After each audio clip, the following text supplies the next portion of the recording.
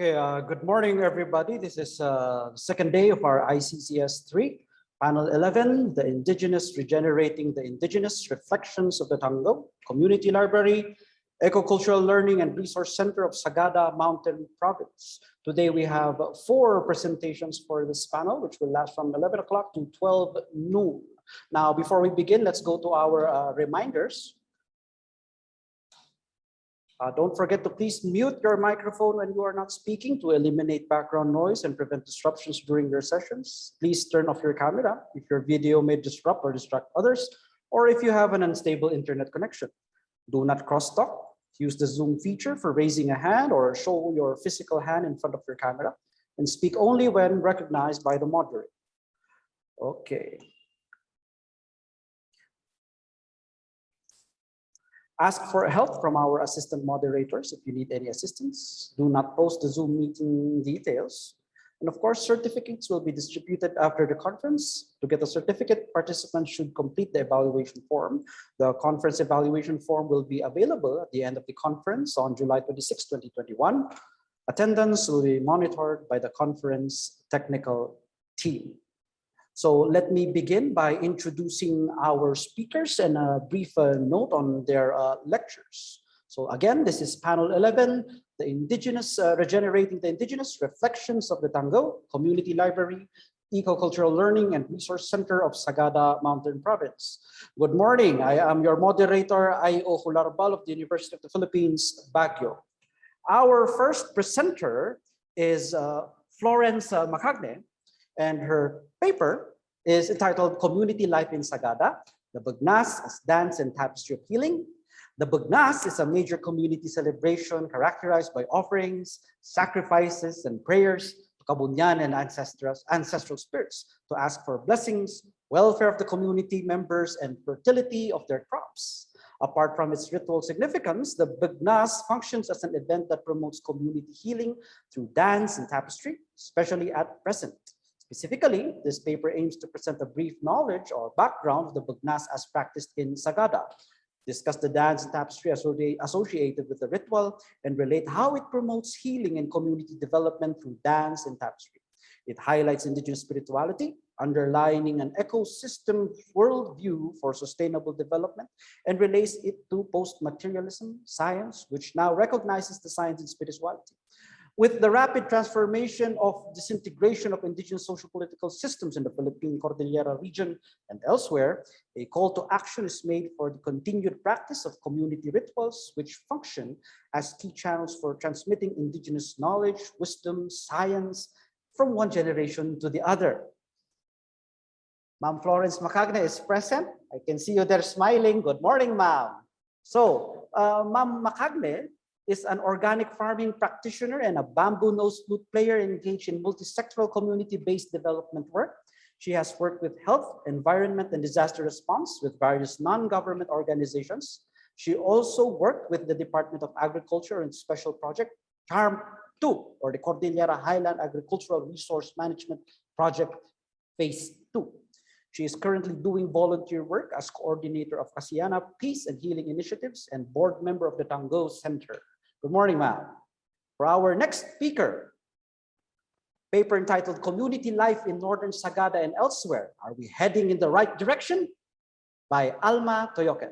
So this paper probes the changes in Sagada community lifeways as observed by the author, who is both a member of the community and at the same time a community development worker, exposed to various indigenous communities in Mountain Province. It illustrates stories shared by elders, snippets of experiences of community life during fieldwork under various government and non-government initiatives, and other notable experiences in the intersections and non-government initiatives, and other notable experiences in the intersections of development and local lifeways. Most importantly, the author ponders if the various initiatives of the community are indeed helpful or not for preserving indigenous culture and environment. Good morning, Ma'am Alma Toyoken. We're there. So Ma'am Alma is a graduate from the University of the Philippines, Baguio, with a Bachelor of Arts degree in Social Sciences, Social Anthropology. She is currently working as a freelance researcher and as a resource person on cultural heritage mapping in different municipalities in the Cordillera region under the National Commission on Culture and the Arts. She is also a community volunteer of Tanggew Center. Her previous works as a freelance documenter, Indigenous Peoples Organizations facilitator under NCIB CAR, and as a community development officer under DSWD CAR, got her directly connected to working with the different indigenous communities in the Cordillera region. Our next presenter, paper entitled Mainstreaming the Sustainable Development Goals in the Cordillera Development Agenda, including the communities of Northern Sagada. Good morning, Ma'am Frida Malogdos Toyoken. So the paper is about this, adopted in 2015, the Sustainable Development Goals, or SDGs, provides a blueprint for national and subnational development. While its ambition is laudable, there remains broader questions about its real-life applicability. Is it realistic to achieve its long list of lofty targets everywhere in the world as conceived by development experts? Focusing on the Cordillera Administrative Region CAR, this paper will illustrate the region's experience in localizing the SDGs given its unique development concerns as a region dominated by indigenous peoples and communities. And given its topography, the latest available regional statistics for indicators under each goal show that the region is on track in achieving some targets, but lags behind in others. Deeper understanding of the statistics would point to the unique development needs and concerns of indigenous peoples and communities in the region that should be addressed for them to be able to achieve the SDGs by 2030. As the primary development actor, the public sector initiated actions and programs to advance the SDGs. However, even the government has limitations and challenges, specifically in terms of retrofitting its strategies to the unique developmental needs and concerns of the region. This paper identifies strategic areas of partnership and collaboration among the development actors, specifically the complementing role of civil society organizations such as the Tanggew will be identified. Ma'am Frida Malogdos Toyoken is a senior economic development specialist in the National Economic Development Authority, Cordillera Administrative Region, involved in the localization of the sustainable development goals in regional and provincial plans, reports, and programs. She has research interests in Indigenous studies and was co-author of the journal article on reconciling formal and informal decision-making on eco-tourist infrastructure in Sagada, published in the Journal of Sustainable Tourism. She also volunteers for the Tanggew Center in Northern Sagada, specifically in the conduct and dissemination of documentations and research on indigenous knowledge systems and practices in the Cordillera. Our last speaker, the paper titled, Is There an Indigenous Concept of Development? Localized Reflections on Development, Modernity and Indigeneity in Sagada. We have Danesto Anasio. Good morning, Sir Danesto Anasio. Sagada's motto, Ipyas ng gawis, and a well-known principle among the peoples, Adita ko bukudan di gawis, have been guiding ethics for community welfare and development internationally. Development is often pictured as showcasing modernity and physical infrastructure construction, fueled by capital investment and economic growth. With the rise of developmental agendas espoused by international and national agencies, and the allure of national landscapes and rural areas associated with underdeveloped areas, a question is asked if there is an indigenous concept for development. This paper attempts to discuss notions of development by A, reflecting on the concept of development as discussed and critiqued in selected academic literature, B, synthesizing common indicators of development as indicated in the SDGs and as used by various local, national, and international entities. And C, sharing personal insights of development in the intersections of modernity and indigeneity in Sagada's socio-environmental and cultural landscapes. Danesto Anasio Bakdayan is an environmental scientist by training and currently works as a research faculty at the Institute of Health Policy and Development Studies, IHPDS, National Institute of Health, NIH, University of the Philippines, Manila, in the Department of Behavioral Sciences, DBS, College of Arts and Sciences, CAS, in the same university. He also volunteers for the Tanggew Center, Marycroft, Bangaan, Sagada, Mountain Province, Philippines. Good morning to you all. Good morning to the audience members.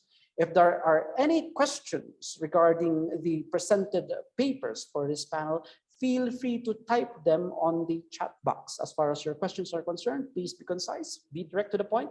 Don't forget to state your name and your institution, and we will be reading them one by one later. If you wish to vocally address your questions, you may raise your hands using that option. So now let us begin with our first paper presentation. Allow me to share my thoughts and reflections on the cultural ceremony, Begnas, as a mechanism for regeneration, leading towards the realization of the Sustainable Development Goals and beyond. Work with has activated questions, one after the other, with narratives of chronic poverty situations, outbreaks of violence, and culture of impunity, manifestations of climate change with disastrous calamities and losses of lives, livelihood, and untold damages to properties. I almost believe that peace would remain an elusive quest forever, while the separation, brokenness, and woundedness seem to be getting worse more than ever. It made me ponder, are we indeed geared towards sustainable development? And as we are confronted by the COVID-19 crisis, we come to ask, how do we proceed in these uncertain times? Choosing to remain hopeful amidst challenges, I found myself exploring inwardly into our cultural resources in Sagada and joining my first Bagnas in 2010, and whenever I could.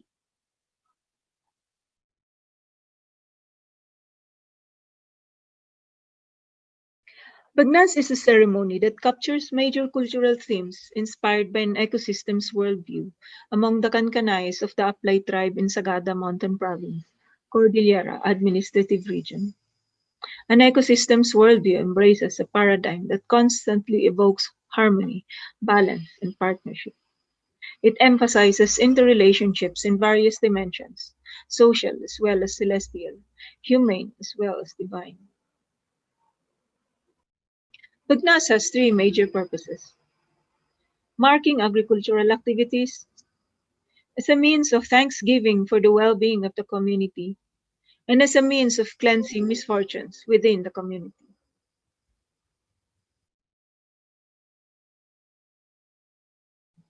Bagnas incorporates sacrifices and prayers to a host of ancestor and nature spirits, as well as a great unseen force beyond the control of humans.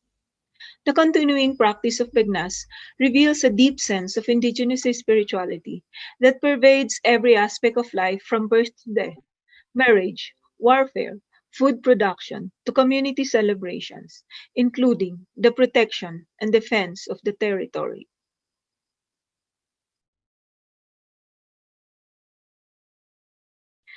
Dance during the Bagnas is not only a physical exercise, but also a dance of the spirits, a dance of connectiveness and celebration of the past and present, as well as the future.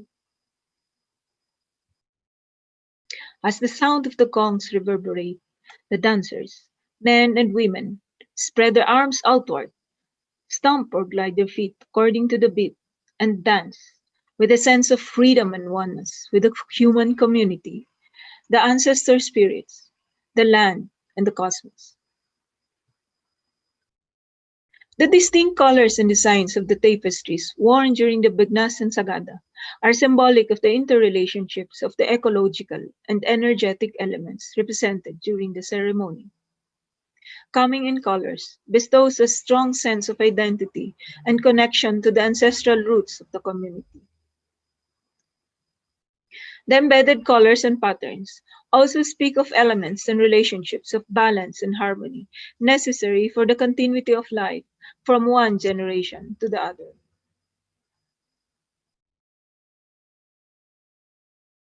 Bagnas is a communion with nature, spirit, and community. Following the omens as revealed by the birds and the clouds, men go to spring or river for ceremonial cleansing bath.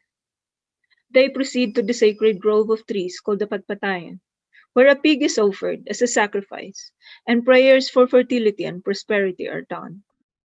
The meat is then equitably distributed to the participants, signifying that they are counted in as members of the community who must be nurtured and nourished.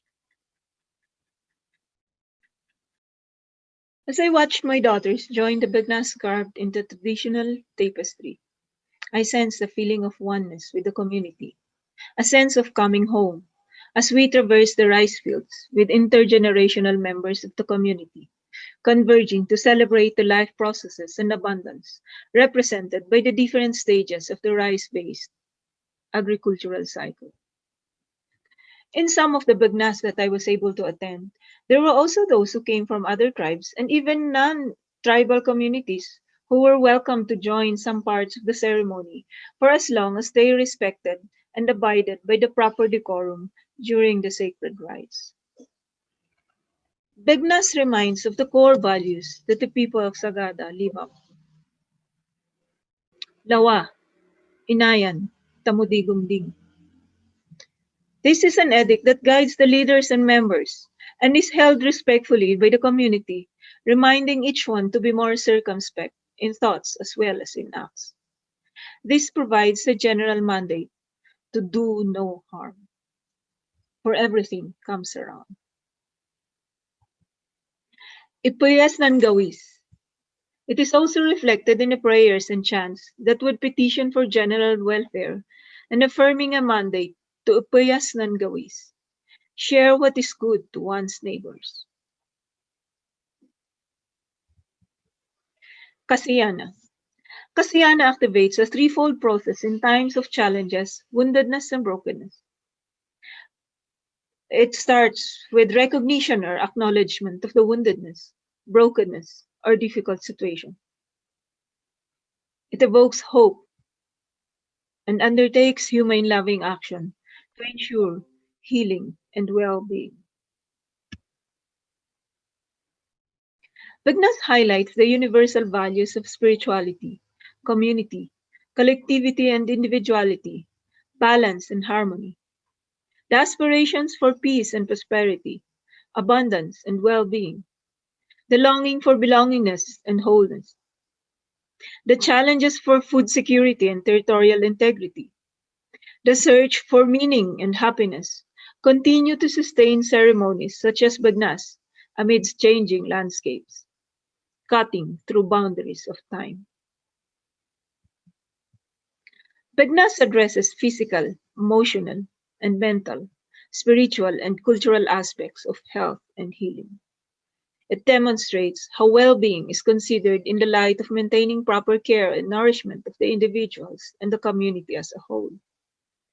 Also, it endeavors to weave unity and peace, harmony, not only with the physical and human world, but also with the wider ecological, cosmic, and spiritual community.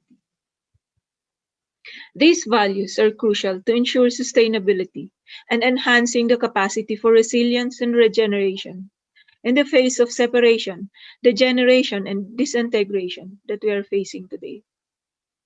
Re-emerging with the challenges of the 21st century are ancient, yet timeless life-affirming principles and ways that had always been part of our indigenous primal spirit, passed on from one generation to the other in endless ways.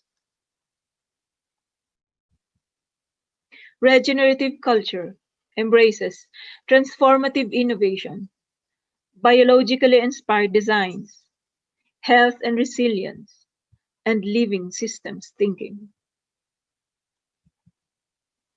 Cultural heritage ceremonies such as Bagnas, along with the innovations and adaptations that have been incorporated through time, would provide a wellspring of inspiration and reflection as we endeavor towards transformative and regenerative culture. A regenerative culture goes beyond merely going back to the ancient past, but growing in wisdom as we remember and consciously honor the sacred designs and interrelationships of a living system of which we are part of. For only then, our health and immune systems may not only be restored, but also be made more resilient to challenges and changes, thus sustaining life. Okay, thank you very much, Ma'am Florence. Now for our, yes, may I again remind the audience that if you have any questions concerning the presentations, feel free to type your questions on the chat box. Now for our next presentation titled Community Life in Northern Sagada and Elsewhere, are we heading in the right direction? Alma Toyoken. Sakan si Alma Tuyokan ay akin ngadan gadan si Amawan. Sapay kumataan yu dengan, akit ay maibayang ay ng namnam. My presentation is about community life in Northern Sagada and elsewhere. Are we heading in the right direction? In this panel, my part is to explore the concept of development in connection to the indigenous peoples and their ancestral domains. I will be presenting two case studies: the Kalahi Seeds in CDDP implementation under the Department of Social Welfare and Development from 2014 to 2018, and the implementation of the Whole of Nation Approach National Task Force to End Local Communities' Armed Conflict from 2019 to present. Located in the Cordillera region of northern Luzon are different indigenous groups, such as the Ibaloy, Kalangoya, and Kankanai of Dinget, Gadang in Isnag of Apayao, Tingyan communities of Abra, Tuali in Ayangan of Ifugao, Bontok in Aplay of Mountain Province, and the different indigenous groups of Kalinga. The indigenous peoples are enriched with indigenous systems and the structures that sustain them and made them thrive for a long time. At present, indigenous peoples are also one of the identified vulnerable groups when it comes to top-down approaches of development. The national government, in order to achieve the sustainable development goals, implement various programs and projects from the national down to the local level. The purpose of my presentation is to explore how indigenous systems, practices, and beliefs of Northern Sagada and other indigenous communities are affected by the implementation of these development projects. The study was conducted through participant observation. Sagada is one among the 10 municipalities of Mountain Province. It is composed of 6 ancestral domains with 19 barangays populated by a majority of indigenous peoples belonging to the Aplay group.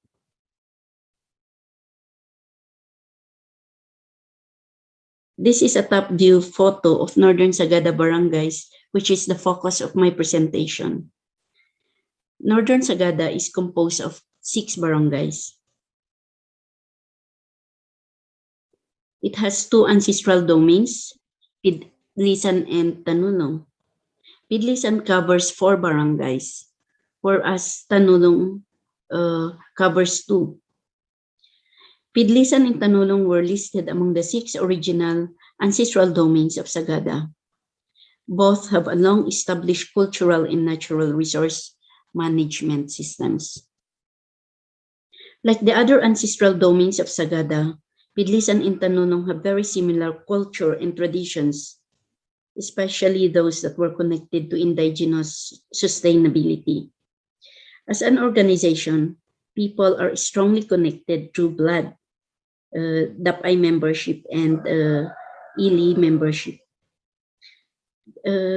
As a community, the people have also sense of allness or unity strengthened by cultural values called Lawain Inayan.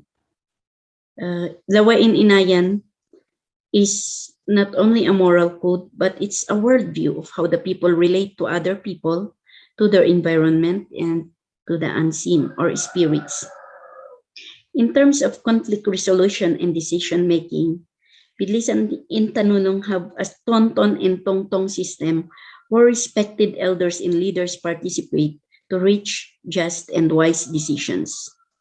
In this way, achieving peace and healing is also part, where parties involved in the community as a whole are being processed.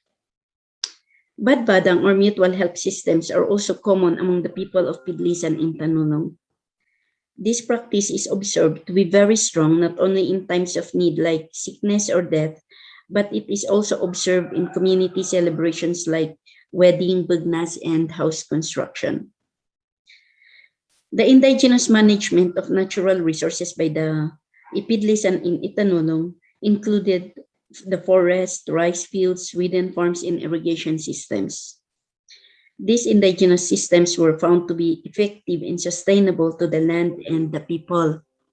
However, in the passage of time, the influx of development projects in Northern Sagada continue to change the landscape culture, and systems of the people.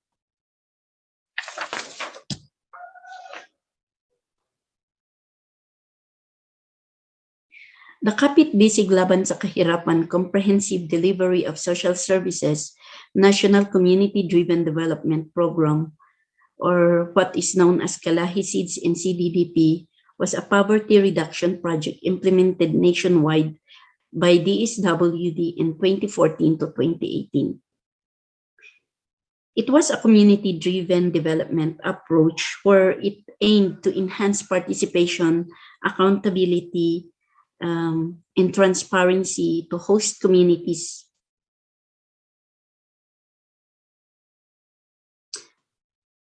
In Sagada, Kalahi covered all the 19 barangays for the implemented a total of 24 sub-projects from 2014 to 2018.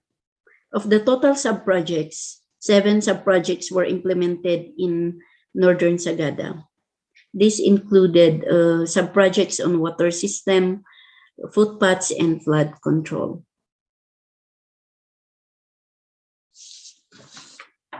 From 2014 to 2018, the Kalahi project's implementation empowered the Northern Sagada communities using the community empowerment activity cycle. From one cycle to another, communities were trained to identify, prioritize, and implement sub-projects. And going through the process, indigenous systems and practices like Olnos, Badbadang, volunteerism, and Tungtungan were observed. Due to limited funding, not all prioritized sub-projects at the barangay level were accommodated. Also, the operation and maintenance organizations of implemented sub-projects were not sustained.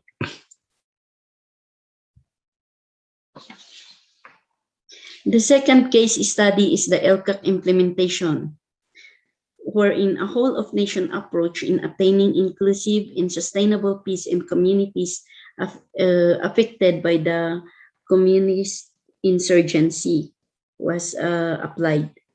It was also a convergence of different agencies to address these root causes of insurgency.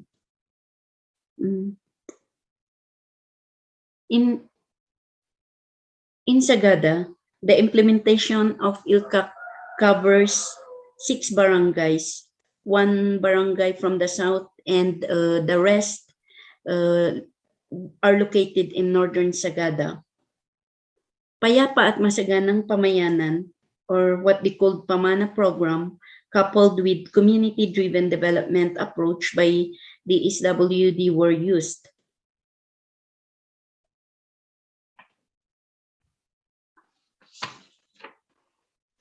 Like the Kalahi Seeds implementation, the whole-of-nation approach, National Task Force to End Local Communist Armed Conflict is top-down approach program to development.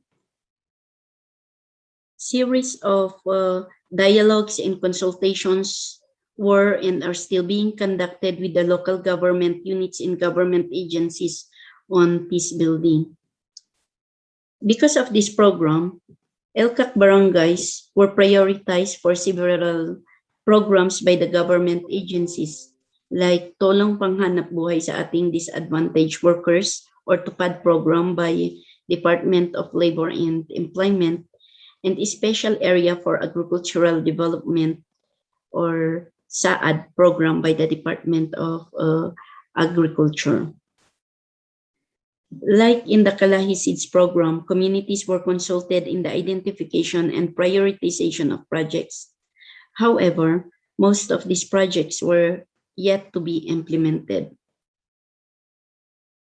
One of the negative effects of ELCAC to the communities included red tagging of individuals and organizations in the community. Because of red tagging, it is creating this unity and division among community members. Another one, there is discrimination, fear, and trust issues on cultural programs and non-government initiatives and partnerships.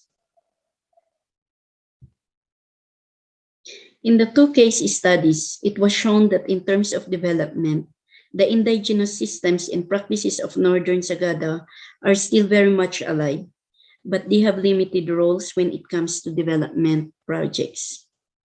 Also, it has been observed that there is primacy of national laws over customary laws in project implementation.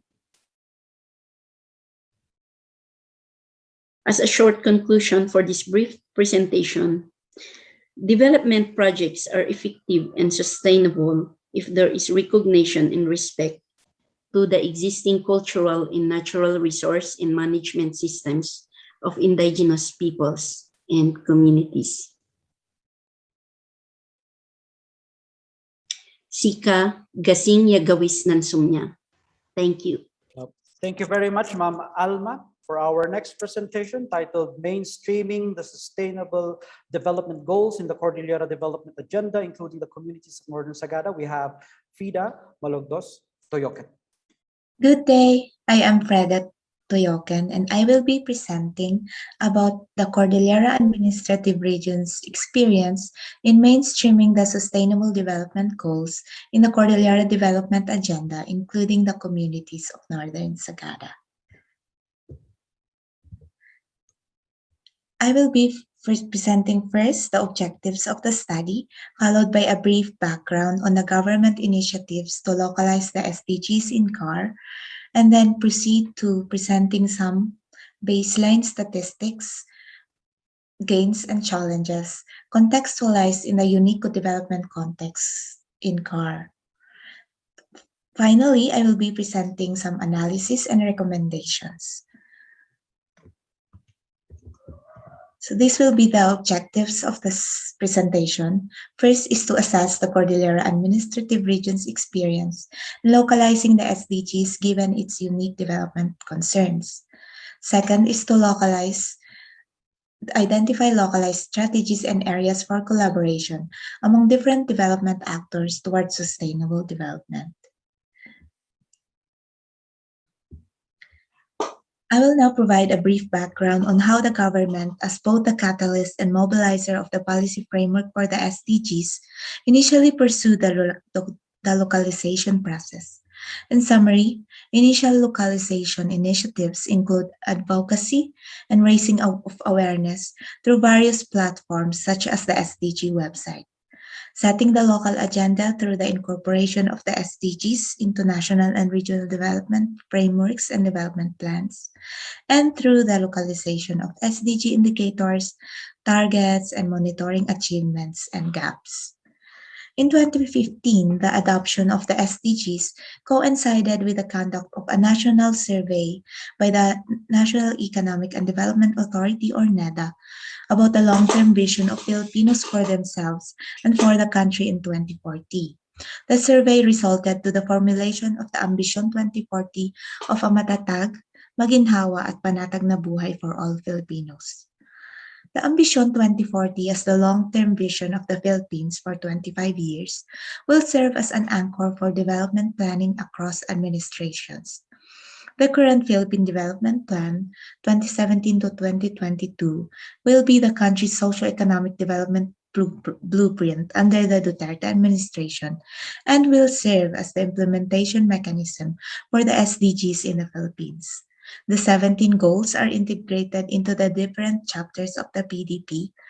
The attainment of these goals set for 2030 will pave the way for the achievement of Ambition natin 2040. This slide shows how the SDGs are mainstreamed in the Philippine Development Plan. This is the framework of the PDP 2017 to 2022, cascaded in regional and development plans. So I will be showing that the SDGs, all of the development goals, are incorporated in the different chapters of the PDP in terms of strategies. So there. The implementation strategies required to achieve the SDGs, which are found in the PDP and the subsequent sectoral plans, are mainstreamed and localized through the regional development plans, or the RDPs, and the comprehensive development plans of the regional and local levels. With the leadership of the DILG, the NEDA and DBM, conducted regional and provincial orientations and workshops to increase LGU awareness and support for both the Ambisyon Natin 2040 and the SDGs for 2030, and ensure that they integrate such in their respective plans, programs, and budgetary priorities. Starting in 2018, the consideration of SDGs in identifying budgetary priorities was emphasized in the national and regional budget calls.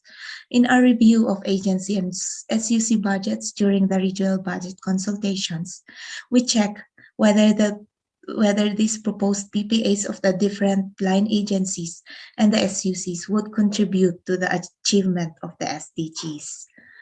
So the government also instituted SDG committees composed of agencies and private organizations at the national and regional level with the following mandates. First is to advise on policy integration and resource allocation. Second, to monitor programs for SDGs. And third, to be the venue for stakeholder engagement, soliciting stakeholder pledges for support to the SDGs. Let us then move to examining the status of the region's performance relative to selected SDG goals in order to identify gains and challenges in the region given its unique development context. On the goal to end poverty by 2030, the SDGs recognize that IPs or Indigenous peoples are one of the groups most vulnerable to poverty. CAR's population is dominated by IPs, but poverty statistics based on income show that CAR's poverty rate had consistently been lower or better than the national average. However, concepts of wealth and poverty among indigenous groups of the Cordilleras is more related to land ownership and possession of natural resources more than to their income. On the SDG goal of eliminating hunger, problems on malnutrition persist. Examples, wasting, stunting, and overweight in the region, despite the fact that the region is an agricultural and food-producing region. While the region records also relatively low maternal mortality rate, better proportions of births attended by skilled health personnel and births in accredited health facilities compared to the national average, the region's mountainous topography and dispersed settlements makes the delivery of basic services, health and social services, challenging, especially in geographically isolated and disadvantaged areas or GIDA areas. This is illustrated by the difficult access to health facilities like hospitals, which are sparsely distributed, posing difficulty of access for far-flung municipalities and localities. The results of the 2017 National Demographic and Health Survey reflects this, with almost half or 49% of women in CAR experiencing problem accessing healthcare, mostly due to the problems of money for treatment, followed by the problem of distance to a health facility. The region's topography and dispersed settlements, coupled with its very limited road and ICT connectivity, also pose challenges to the SDG goal on quality education for all. This challenge was exacerbated by the COVID-19 pandemic, which requires distant or virtual learning, with many schools in the region not having internet connection and having challenges even in having computer in the schools. Decent work and economic growth, a regional economy, as shown by our GRDP or gross domestic product, had been growing before the pandemic, but such growth was propelled by industry and services, with the agriculture sector, which employs around 40% of the regional population, had been contributing a very small portion of the GRDP. This is partly because of the region's very limited alienable and disposable area, with all lands 18 degrees slope and above declared as forest land. Another factor is that our crops are not prioritized by the national government, giving more priority for lowland agriculture in terms of budget and assistance. On Goal 9 on resilient infrastructure, inclusive and sustainable industrialization and innovation.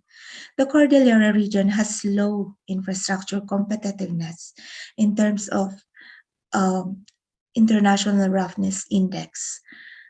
We had been increasing the length of our national paved roads, but our local roads are still in critical condition. National standards on infrastructure projects do not take into consideration the region's topography, ancestral lands, and the vulnerability of the region to landslide, which makes road right-of-way acquisition difficult. At present, national planning standards and budget allocation are mainly based on population and land area. With these criteria, CAR gets one of the lowest share in the national budget and LGU internal revenue allotment. We also see the gap between the region's proposed budget versus what is actually funded in the GAA, with an average funding rate of 36%. This can be seen from 2017 to 2019. With this development scenario, the following analysis and recommendations were drawn.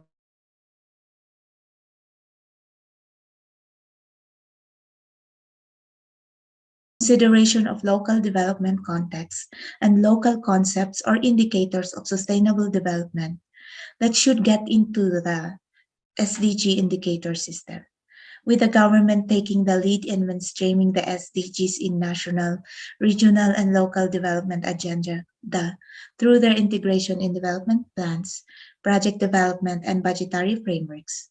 It will need support from other sectors in terms of bridging international and national definitions with local definitions of sustainable development, with a goal to not leave anyone behind.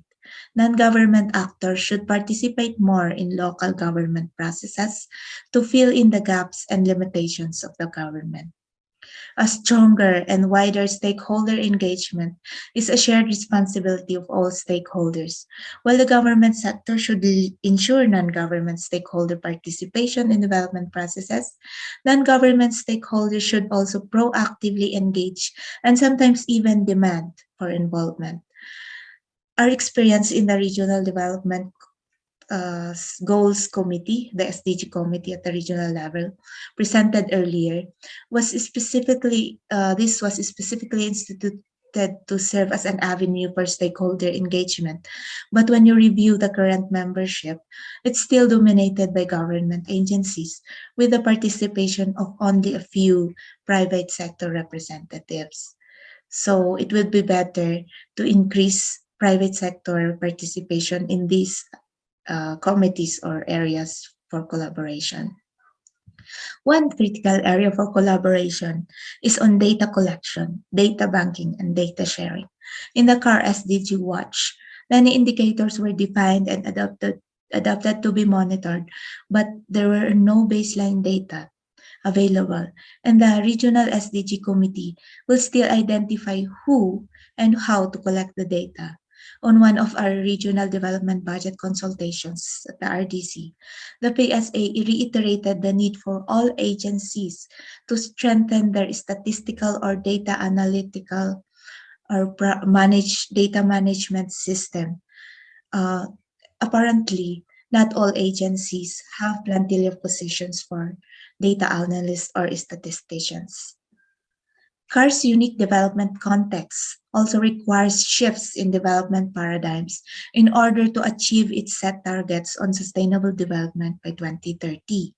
The Regional Development Council or the RDC-CAR have identified Cordillera Regional Autonomy Agenda as its ultimate development strategy for regional development, as it will first enhance Cordillera identity, second, enable locally defined and responsive policies for the Cordillerans, and third, progress for all, as it will enable the region to decide its priorities and manage its natural resources. For more details on this regional autonomy agenda, you may visit the NEDCAR and RDC-CAR websites and social media accounts. This ends my presentation, and Yaman, thank you. Matago-tago tako amin. Thank you very much, Ma'am Frida. And for our final presentation, We have Sir Danesto Anasio, paper titled, "Is There an Indigenous Concept of Development?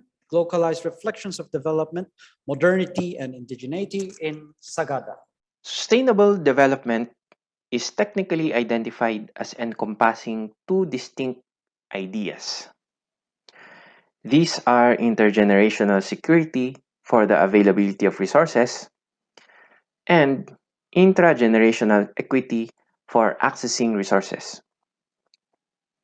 As understood in the often quoted Brundtland Commission, also known as the World Commission on Environment and Development, report Our Common Future in 1987. That is, sustainable development is meeting the needs of the present without compromising the ability of future generations to meet their own needs. As with all things are, however, this is just one phase of the concept a lot of people identify by the acronym SD. Sustainable development, or SD, is seen by some as a strategy for obtaining resources gathered or managed by smallholder farmers and indigenous peoples without integrating them into usual public services, so as to maintain, allegedly, their quote unquote primitive and local ecological wisdom. Others say that SD is an oxymoron, since there is no development that can be sustained in the long run. Then there is the view that SD is the new, deliberately created market, wherein global problems are seen as a resource which can be bought through sustainable development mechanisms. Benigno E. Aguirre, in 2002, sees the contested meanings of SD as a collective surge. A surge, since the popularity of the term as used collectively by people from all walks of life, start quote, represents an example of semantic transformation in which the same concept obtains widely different meaning and usages at different time periods. From the narrow understanding of more or less well-defined physical and biological systems to the environmentalism of the Brundtland Report, to the rhetorical use of sustainable development in the late 1980s and 1990s, in which no obvious links are made by the authors either to the protection of the environment or to sustainability practices or to the alleviation of social inequalities. End quote. Whatever the case may be, sustainable development, as a term and concept understood at first instance by the common quote-unquote tao or quote-unquote madlang people, is something that is generally okay. Development, in quotes, is like good food, and in the case of someone from Sagada, akin to boiled sweet potatoes and hot coffee. If good food is something that smells good, tastes good, and exits in a good manner, then SD must be the same. There are ways to smell whether development is good, ways to taste if development may be sustainable, and ways in which the end of a developed something is okay. There are various papers about what indicates sustainable development, but it is good to highlight the work of Eleanor J. Sterling and 44 other scholars in 2017 about measuring sustainability in the context of the Sustainable Development Goals, or SDGs. They emphasize the importance of place-based values, worldviews, and knowledge systems in determining what is sustainable for what and for whom, as chosen by whom, and analyzed by whom. Calling this framework of measurement as a biocultural approach, it starts with and builds on place-based cultural perspectives, encompassing values, knowledges, and needs, and recognizes feedbacks between ecological state and human well-being. It also recognizes the importance of methods for synthesizing across evidence from multiple sources. It is at this point that we reflect back at what has been presented so far. The speakers have been, and still are, aware of what is being done and what is good in the community. From seemingly ordinary community celebrations to on-the-ground experiences of community folk about development projects, and even as members of implementing agencies espousing development, the community in which we belong have undergone considerable changes, whether for the better or not better.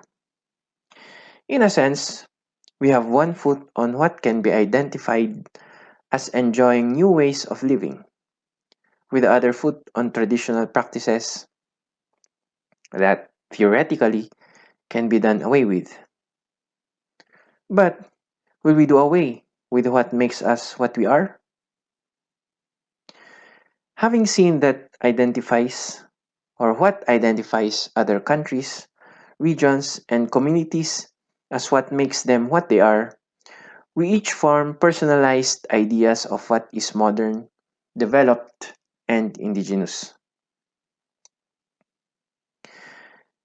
Having said so, it may then hold true that there is no consensus of what quote unquote development is, whether from our perspectives or the entities themselves who espouse sustainable development. It also follows that I should be corrected, since I do not represent the perspective of others about what development is, even though I belong to the same community. Nonetheless, people whose ancestry can be traced back in Sagada can agree that development is a condition wherein one has access to natural resources, whether it be land, water, or air, for one's livelihood.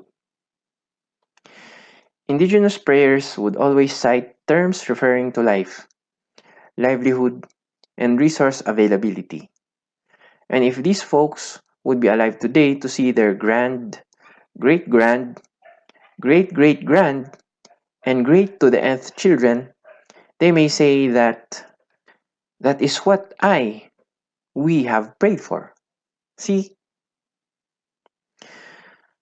more than equating land with life, development for me, and is guided by my lived experiences, is the formation of values.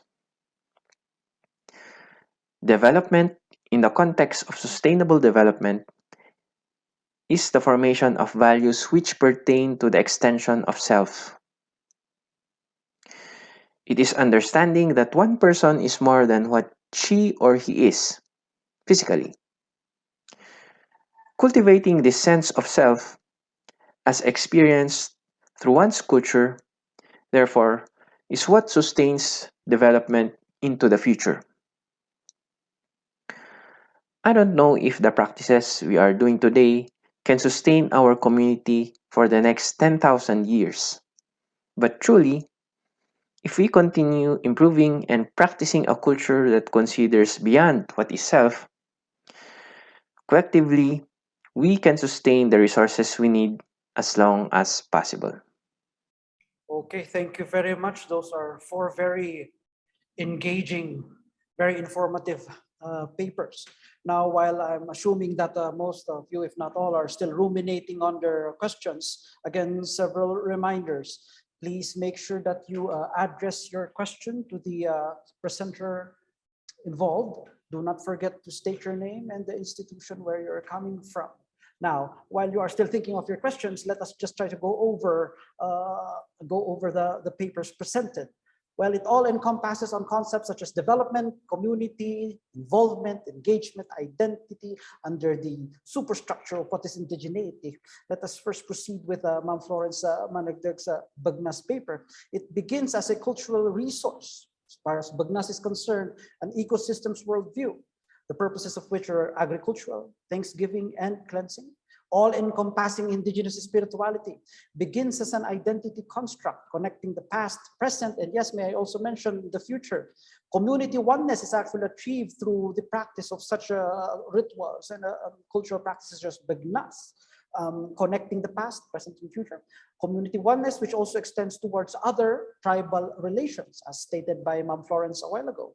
Lawa, Inayan, Ipyas ng Gawis, Kasinaya, as community constructs are also sources of core values for indigenous communities, specifically in Sagada. Peace, balance, abundance, well-being, meaning of happiness, sustained Bagnas through time, and also on constructs of health and healing, through which I will ask a question later, Ma'am Florence. Bagnas had its important role as far as controlling the spread of the pandemic in Sagada is concerned. It also begins as part of a regenerative cultures, Ma'am Florence stated a while ago, growing while looking back and moving forward. Now, as far as the next paper was concerned, Ma'am Alma Toyocan's paper on community life in Northern Sagada and elsewhere, development in connection to indigenous peoples, ancestral lands, and indigenous systems, the effects of development projects on indigenous communities in Sagada, culture and tradition in relation to sustainable management systems, just like samples of which were the Pangabuda, Dapay, Ulnus, Lawa, Inayan, Tongtong, and natural resources such as the Saguday, Tawid Bolod, Nuwaneth.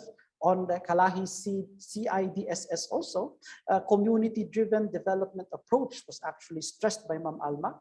LGU, indigenous systems and practices were actually observed, which is actually very enlightening. But then again, amidst all of this, we still would experience in the Cordilleras what you would refer to as limited funding in terms of projects. On the ELCAC, a convergence of different agencies was actually experienced. As far as the LGUs were concerned, there were dialogues and consultations on peace buildings. Community consultations were also utilized. But then again, there are negative effects, such as red tagging of organizations in the community, which also tends to threaten unity and creates discrimination on non-government initiatives. Development projects are effective and sustainable as long as there is recognition and respect on existing cultural and natural resource systems of indigenous communities. For the next paper by Ma'am Frida Toyocan, Mainstreaming Sustainable Development Goals, she mentions that there is the localization of sustainable development goals in line with the Philippine Development Plan of 2017 to 2022. Of course, she also mentions integration as far as regional development planning and comprehensive development planning is concerned, and the creation of national and regional SDG committees, which also tends to imply that there is stakeholder engagement. Now, as far as SDGs and CAR are concerned on poverty, IPs, according to Ma'am Frida, are most vulnerable to poverty. CAR actually has lower poverty rates. And in fact, we have a better poverty rate according to her presentation. Concepts of wealth and poverty are different as far as indigenous communities are concerned. Whereas based on her presentation, land ownership and resources are gauges rather than income. Malnutrition is also another problem here. Wasting, stunting, overweight, despite being an agricultural community. Well, as an Ifontok myself, I would like to also admit to this, that the Igorot food pyramid consists of the following. On the top level, we have pork. Second level, chicken. Third level, beef. Vegetables are garnish. Okay, continuing. Low maternal mortality rate. There's better birth rates actually compared to the national average. Health nutrition services are indeed challenging. As far as what she would present in her report, the GIDA, the geographically isolated and disadvantaged areas, actually not only affect health nutritional services, but also educational services also. CAR GRDP, despite growth, we have a small contribution to the GRDP. Lack of assistance and support on agriculture, low infrastructure competitiveness, and of course in CAR, we have the lowest share of the national budget. It's really a rude awakening, actually. Now, as far as her analysis and recommendations are concerned, we have effective localization is actually necessitated. Integration is also required. Stronger and wider stakeholder engagement, non-government participation in government processes also. So there has to be an involvement not only of the government sector, but the non-government sector as well. We have private sector collaboration as far as data gathering is concerned. And also she would mention the need for data analysis and proper statistical methodologies and systems in the highlands. And of course, Cordi regional autonomy would necessitate enhanced identity, responsive policies, and progress.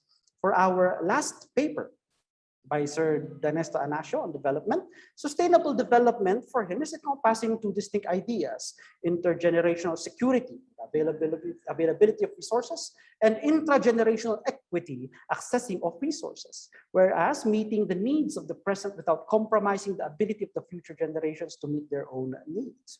Resources are gathered, managed by smallholder farmers and indigenous peoples without integration to usual public services, maintain primitive and local ecological wisdom.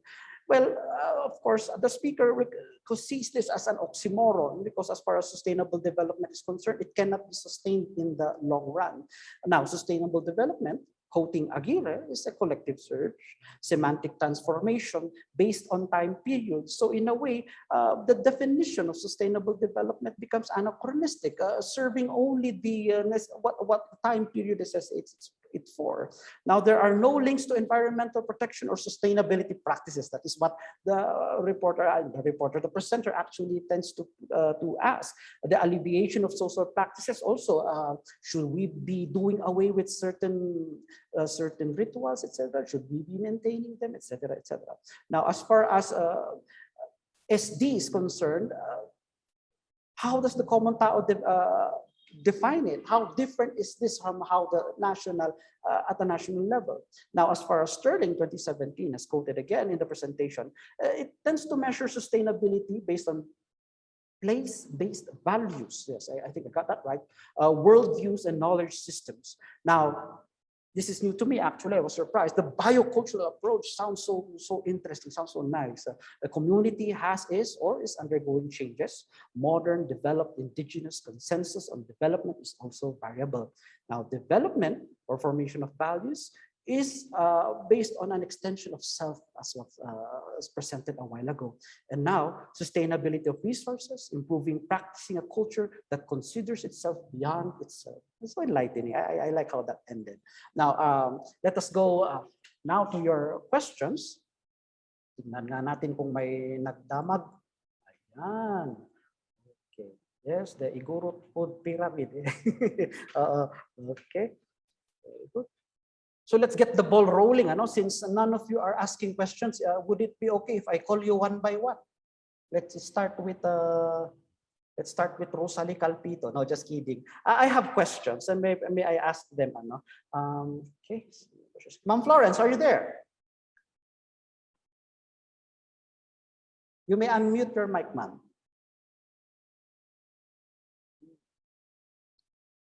While we're waiting for the others to ruminate.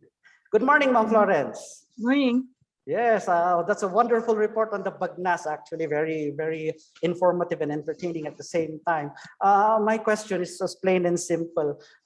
I think this is very evident also in Sagada, how should I say this, popular culture as it is at the moment.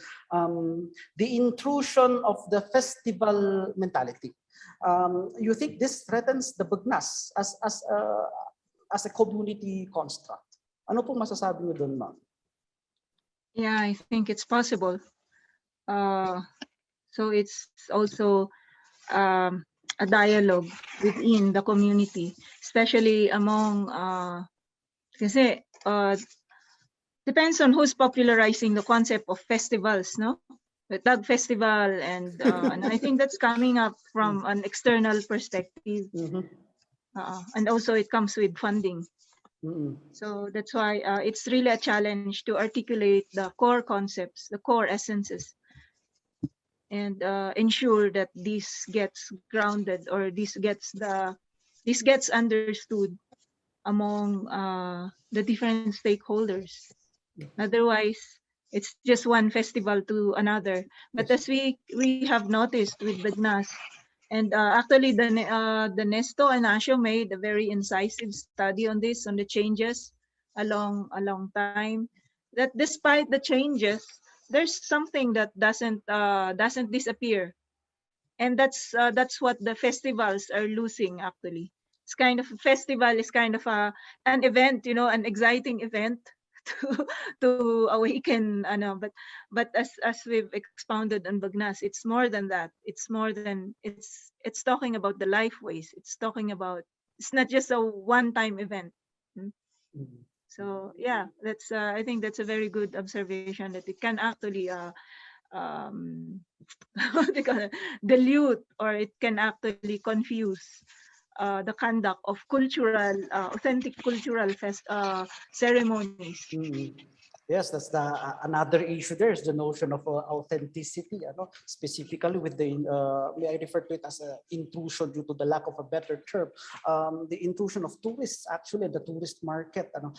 I mean, I'm curious. How do you prevent the Bagnas from being acculturated and appropriated? How does the community respond to maintaining its ritual sense? I think they yeah, that it remains the primary stakeholders, the primary players, and the leaders of the ceremony should remain in control of it, and so that it doesn't become just aesthetical thing or just as I said, a cultural event. I think there were attempts, and there could have been mistakes, or there could have been temptations to do that. But again, giving the control back, giving the decision back to the primary ritual holders as well as the community would avoid that further what do you call it, commercialization or intrusion. Yes. Okay, So it's thank you very very much. important to uh, give back the decision to the community, and also Yes. even the community also can critique actually the ritual holders who could, if they get separated from the community, could be tempted, especially again when there is funding offered, and with all the excitement, no. So that's why we have to communicate how valuable these ceremonies are, not just to preserve it, but still its relevance also to the present and transition times. Thank you very much, Ma'am Florence. We have questions actually in our chat box. Let me read the first one to Ma'am Florence. Yan. Please elaborate your argument about COVID-19 pandemic and the Bagnas. Mm. Ay, ano yung nga yung kabil, kunak nga ikabil nyo, tinagan nyo, di yung nga, yung kakabil mo. Sige nga rad, ma'am. Ma'am Florence. Sir, si Kansa Timang Sungbat Ijay, you mentioned post-materialist science, no? Sige, I'll try to give a follow-up on your answer. But come on, I think you already know the answer to that. Yeah, yeah, I think yeah, I actually missed participating in the Bagnas during the COVID times, but I do see some social media posts. I think it's really also an assertion of innate resources. This has science, of course, and then again spirituality, the resort to a higher force that comes alive when there is a community, and then also with all the rituals and the prayers, and of course the very specific, as Anasio said, the place-based. Uh, so it's Bagnas without all the tourists. I think it was really still very colorful and very meaningful during the COVID times. And to borrow an enthusiast of post-materialist science, he was saying that it's actually neuropsychoimmunologic mechanism to resist disease and to boost the immune system. Yes. Dugtungan mo na, sir. Yes, but it was actually very well documented during the pandemic, Yeah. beginning parts of pandemic, like Ugfo, Binadang, and how responsive Laya is as a social structure for Iguros in preventing people from going out to just stay in their homes. Laya detay, inayan kayo, takay labalayo, which is so wonderful. Alam natin na that culture is still alive, rituality has sense, and that's so wonderful about what we have here up north. Thank you, Ma'am Frida. Okay, now we have other questions. This is from Ma'am Grace Subido. This is to everyone. What would you say can be an antidote to consumerist tourism? And I think this is already I can address to Ma'am Florence. Or any of the panelists would like to answer. May I repeat the question? What would you say can be an antidote to consumerist tourism in the Cordilleran construct? Would Frida respond to that? Wait. To that? Hi, thank you, Ma'am Florence, and thank you, Sir Hulat. Thank you, Ma'am Frida. Opo. What would be the antidote for mass tourism, what we call mass tourism? In my reading of the Declaration of Principles for Environmental Governance, that's the DPEG. It's a document made by the Regional Development Council with UP as our consultant, UP Baguio. It's based on consultation with some stakeholders on what would they want, and one of the areas of development that they defined is tourism. In tourism, it's more of maybe mas maganda po, lalo na sa Sagada, given its critical area and the very vibrant tourism. Yung tourism that is based on the carrying capacity and yung i-define ng locals. How many and who, what group of tourists would they want to invite in or allow to enter in their area. So based on a carrying capacity like the Sunrise area of Kiltopan, how many people could go there, what can they do and what can they not.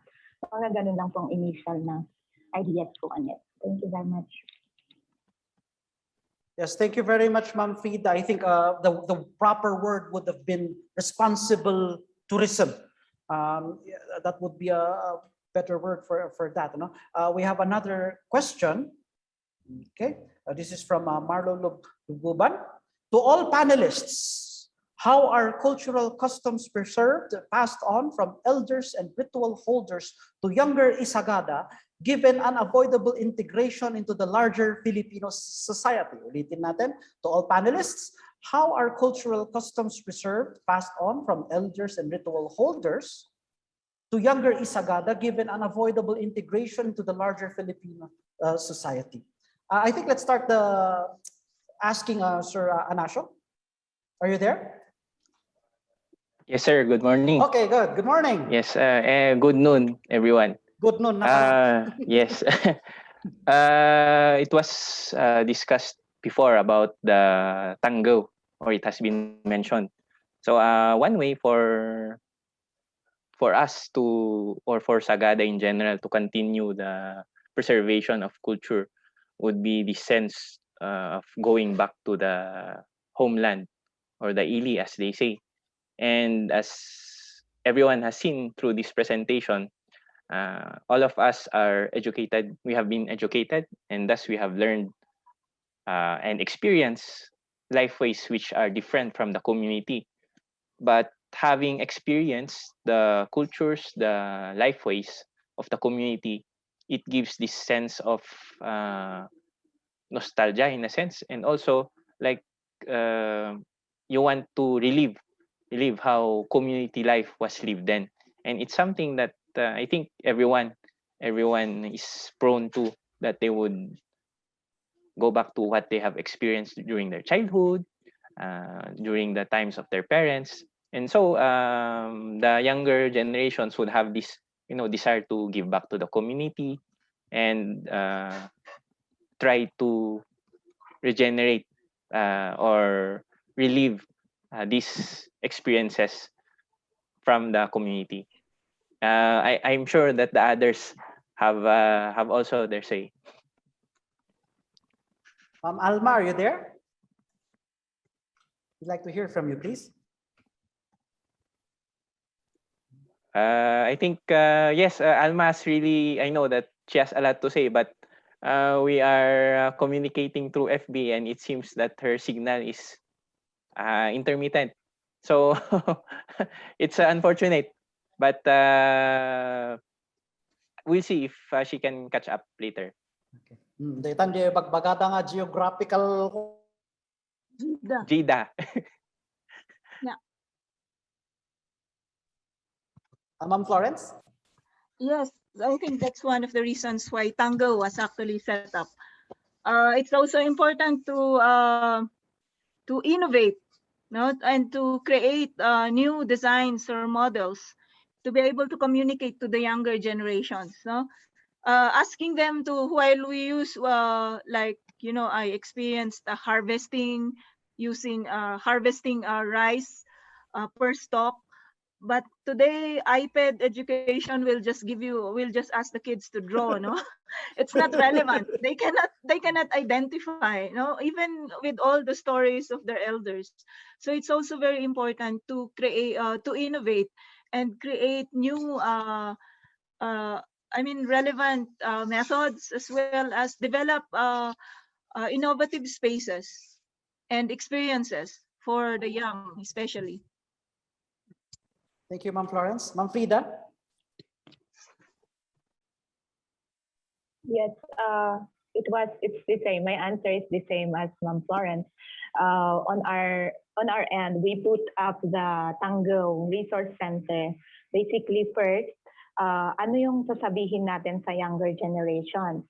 Because when I was interested in knowing about our culture in Sagada, I have to really look for and pay for publications. That's mostly done by outsiders even. So that's our first step in Tanggew, find documentations and make our own documentations. And when documented, we cannot just give it to the younger ones, package it, make advocacy related materials about it. And the best way is to give them the opportunity to experience yung the business. Mga ganun po siya. Okay, thank you very much, ma'am. Tama po yung sinabi niya. No, we should really start producing resource material coming from the communities themselves. It's better to read about ourselves from our own than to actually rely on outside papers. But then again, as far as research culture is concerned, dumadami na po tayong nagsusulat ng tungkol sa ating sarili nating kultura. And surprisingly, as compared to the 80s and the 90s, I think Ma'am Florence would agree with this, the need for identification, re-identification with their heritage, as far as the Igorot are concerned, is very strong at the moment.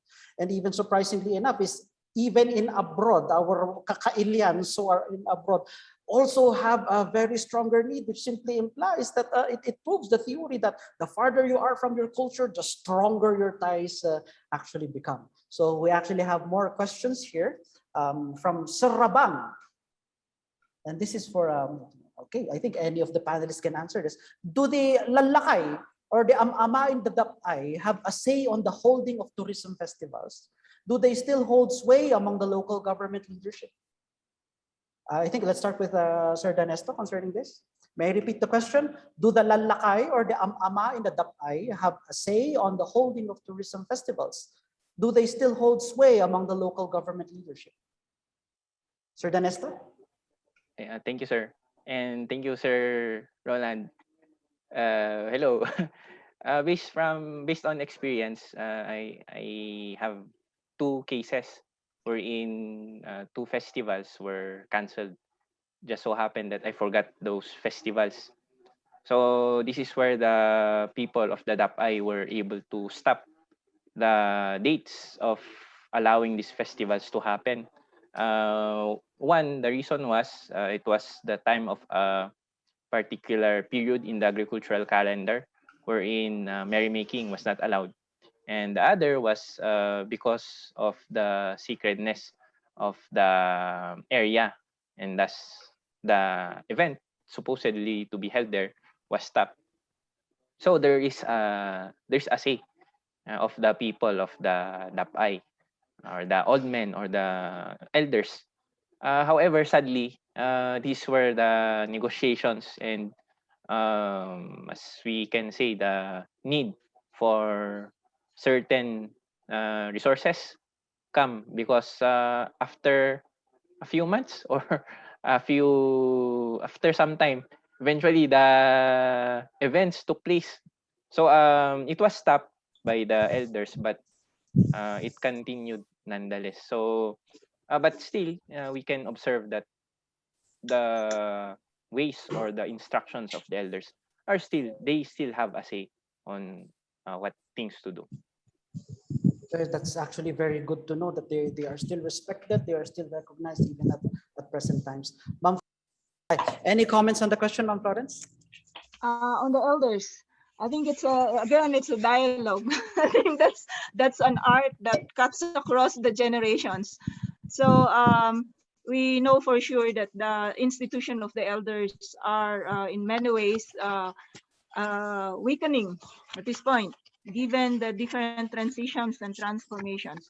That's also why it's very important for an intergenerational collaboration, like what Tanggew is doing. So it's really yes, to it's very important that there's a younger generation and also different levels of appreciation, not only of the old ways but also of the wisdom that can actually respond to whatever timeline that this can be applied to. No? Thank you very much, Ma'am Florence. Ma'am Frida, do you have any comment concerning the question? Hi. Yeah, about the elders. Yes, that's true. It's weakening. We admit that. We see that in the community.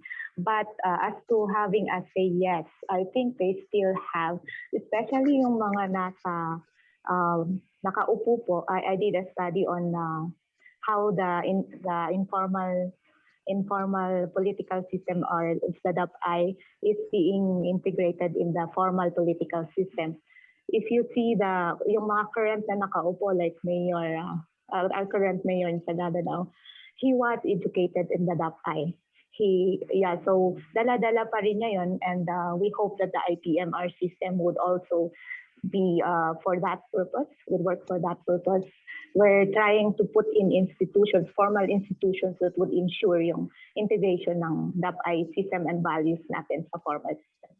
Yes, thank you very much, ma'am. Yeah, we really have to understand that this is actually a cornerstone of Igorot civilization. Our respect of the elders, our recognizance of such processes and systems in the ritual consensus. And for our last question, again from Professor Roland Rabang, the 20 million funding from NTF ELCAC through the LGU for the development of the barangay is a lot of money to throw around. But will the LGU be willing to identify a barangay as a communist hotspot for million-peso funding? Sounds like Lawa or Inayan to me. Maybe this also maybe a brief commentary lang po. Let's start with Sir Danesto. Sayang, Miss Alma, are you there? Because she has a lot to say about this. So, but in the context of the question being asked, well, apparently, not all people would observe that value because, of course, it is the people, some people within the community would be saying that such is such. That's why it's being tagged as a such barangay. So, there are still people who will say what they want to say, but I think from our end is just to continue doing what is best for the community, and that is the real aim of the organization and young people in general going back to Sagada. That is to give back to the community without any particular political agenda, whether that is to the right or to the left. Though we all have our, political inclinations, but again, it's outside of that. The main thing is we do what we need to do for the betterment of the community. So at the end, it all boils down to community. Ma'am Florence? Yeah, it's yes, that's a lot of money indeed. Unfortunately, that it is tied to ending armed communists. I think the idea could be very good. Unfortunately, our experience, as simple as nung in-implement si ELCAC, as simple as a cultural creative event for children to reappreciate the value of rice was tagged as a communist propaganda. So I mean, these are absurd things, and it could really also be very constrictive in the communities. So it could be misunderstood. But when well implemented, I think these funds could also really help in the development and well channeled, properly channeled. That's also why recently I actually visited the regional director of the Department of Agriculture. So one of the things we were discussing was the role of the police in the implementation of socioeconomic projects. Unfortunately, if we say, we can actually do it, that's why there are civil society organizations, and we could easily be labeled or mislabeled. What we are considering now is actually also to engage the forces, the actual deployed forces in the communities, especially, for instance, in organic farming. No, I mean, they also come from farming communities, and if we want to pursue our projects, whether it's ELCAC funded or not, then we can collaborate, skills wise, manpower wise, and to see the dreams be realized for a more peaceful and healing society. Thank you, Ma'am Florence. Ma'am Frida? I agree with what Sir Danesto and Ma'am Florence already said, especially I'm from the government sector, and I think that's already clear. We are involved in facilitating this LCAC program, and at the national and regional level, the design would be, it's maganda sana, but the devil is in the details. So it's up for the community. It's a challenge I forward to all communities that would want to access this fund, or those who do not want. Ang pinakamaganda, if there's an opportunity, if you go to Peace and Development Initiative so it's for the community to really decide themselves kung gusto nila or ayaw nila, and how to channel best para sa kanilang kabutihan na rin. That's it. Thank you. Yan. Maraming salamat po sa ating mga speaker. My apologies, we are really pressed for time. I know there are still a lot of questions. Ay na, nagatutikit na damagan. Basically, it's already 2:15. So, virtual palakpakan po sa ating mga speaker sa araw na to. Maraming salamat po, Ma'am Alma, Sir Anasio, Ma'am Frida, Ma'am Florence.